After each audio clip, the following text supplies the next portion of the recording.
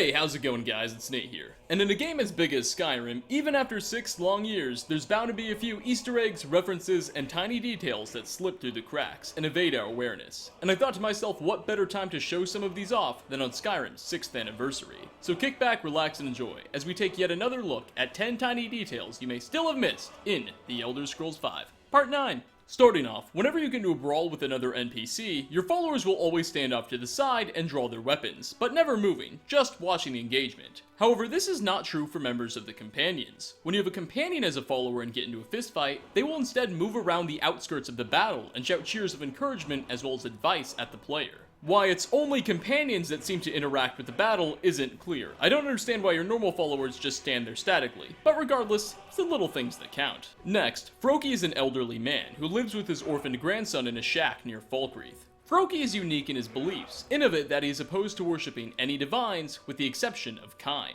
Likewise, you'll issue the Dragonborn the quest, Kine's Sacred Trials, in which you hunt down various guardian beasts throughout Skyrim. Well, after completing this quest, Froki will no longer be labeled an essential NPC, and can then be killed. Now, there's no real reason to kill him, you're not asked to do so by any quests, hell it's not even suggested, nor is his inventory anything particularly special.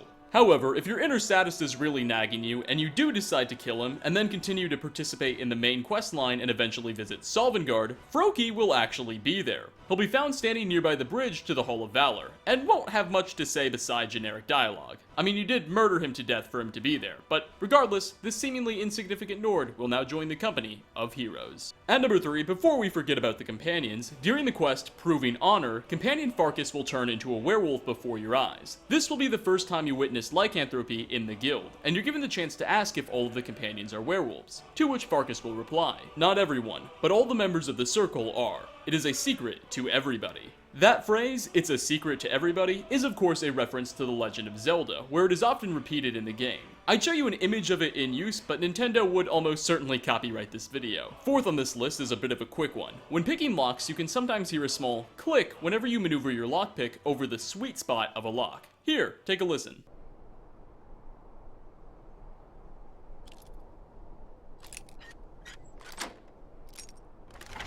Now, to be fair, in my experience, this sound will not always play, but it's a good idea to listen for it before you begin to start risking your lockpicks. Halfway through at number 5, the quest A Night to Remember concerns you awakening from a drunken slumber, only to find out that you had quite the night and are forced to put the pieces back together. Problem is, you couldn't exactly remember what you did.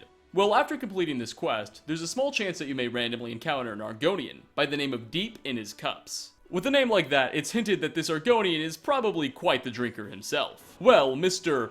Cups will say that during the drunken night that you literally don't remember, you promised him a whopping 10,000 gold to break into a bandit camp and steal a hat.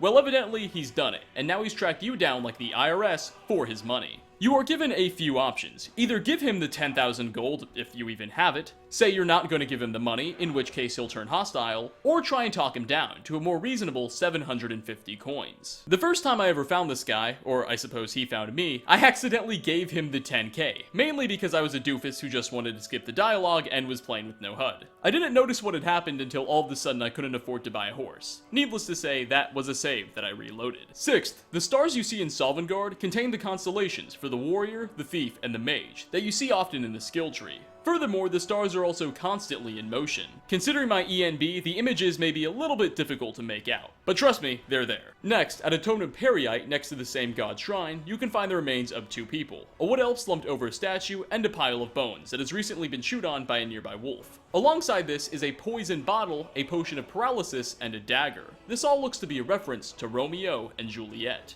In the Shakespearean play, Romeo would drink from a poison vial to kill himself after he saw a dead Juliet. Or at least what he thought was a dead Juliet. The truth was Juliet was still alive. She had just consumed a potion that caused her to appear dead, hence the paralysis potion in-game. Eventually the spell wore off, and Juliet woke up to find a really dead Romeo right next to her. This upset her for some obvious reasons, and she then decided to kill herself for reals that time, with a nearby dagger, hence the dagger in-game. Furthermore, a very common saying in that play was a plague on both your houses. Well, these 2 corpses in Skyrim are at a totem of Periite, god of pestilence and plague. Coming in at number 8, the quest Love Triangle concerns the competition of 2 potential male suitors, a Bosmer named Fayendel and a Nord named Seven, both trying to win the heart of a girl in Riverwood named Camilla Valerius. Well, if you choose to help out Seven, there's a very rare chance that sometime after the quest, he'll approach you and say, quote, "I got this for you. It's nothing big, but I hope you like it. I want you to know that I appreciate our friendship," end quote. And then he will proceed to gift the Dragonborn a random item. This item could be anything from ragged robes to noble attire. And do keep in mind, when I say this is a rare occurrence, I mean it's really, really rare. It's only happened to me about one time in all my 6 years in Skyrim, and I've spent about 45 minutes so far trying to trigger it to happen.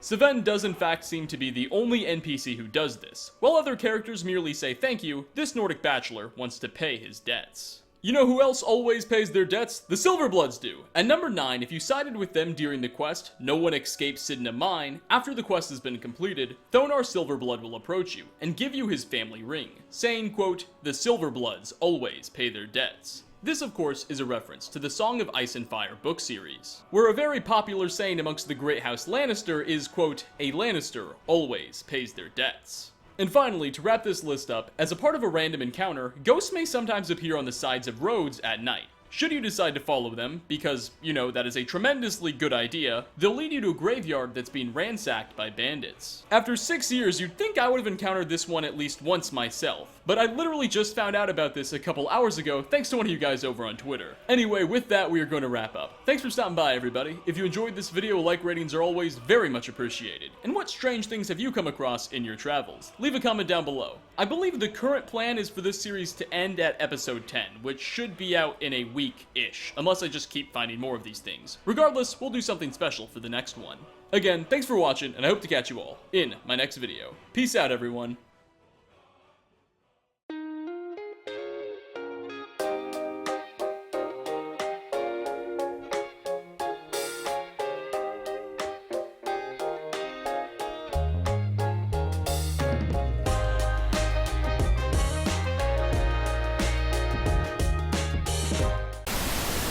Likewise, you'll issue the Dragonborn the quest, Kanye's Sacred Shrine. Damn it, Nathaniel. Again!